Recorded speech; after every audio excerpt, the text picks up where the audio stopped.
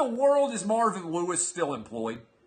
Does anybody out there in America understand how Marvin Lewis is still employed? Remember when everybody was going after Jason Garrett and Stephen A. Smith got up on his precipice and he said, how is Jason Garrett still employed? This is an example of what black people talk about when they talk about white people getting unfair advantages.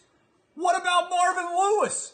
The dude has never won a playoff game, and he's been coaching the Bengals since 1943. I don't know how it's possible. They went away for World War II. They fought World War II, beat the Nazis, and then the Bengals came back to Cincinnati, and Marvin Lewis has been coaching there ever since. It's a one-man coaching job. It's like he owns the team. At least Jerry Jones is the GM. It's like Marvin Lewis owns the team and just named himself the champ. He's like, remember when you were a kid and there was only one guy who might have the ball in the neighborhood to play with, and the guy who had the ball got to make the rules? That must be what goes on at the Bengals facility. I don't get it. There's only one football. Well, that guy gets to make the rules. He says it's one-hand touch. I want to play two-hand touch. How about beer pong? When you are playing beer pong, the house where the beer pong table resides, gets to have the rules, right? Can you blow it out of the cup? Can you knock it away? Can you bounce? All of those rules, house rules. Marvin Lewis has house ruled the NFL.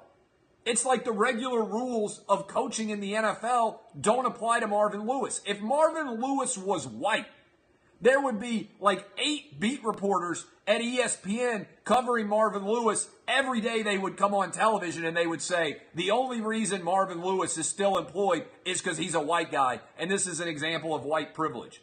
Marvin Lewis is a black dude, and it's like everybody's forgotten that he gets to keep coaching. I don't understand it.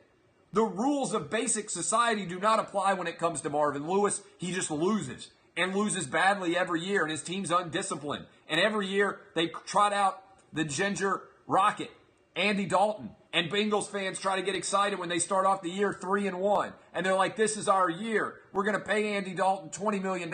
He's going to take us to the Super Bowl. And then what happens? Like a China doll, he breaks. And so does the Cincinnati Bengals season. I can't imagine being a Bengals fan. I feel bad for you, son. I apologize to all of you who have to live with this. They need in Cincinnati someone like me, because if I lived in Cincinnati and I was a Bengals fan, there is a 0% chance that Marvin Lewis would still be the head coach of the Cincinnati Bengals. People come after me all the time. Say, Clay, you give way too many opinions. You're way too aggressive. I will tell you right now, if I had been born in Cincinnati, there is a 0% chance. Can you imagine a life where Clay Travis is a huge Buckeye fan and also where I'm a huge Bengals fan?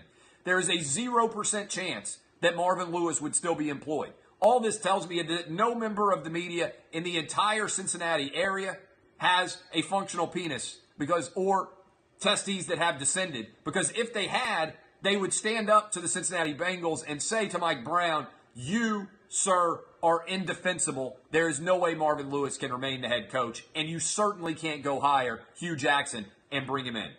I'm just telling you, it's unbelievable.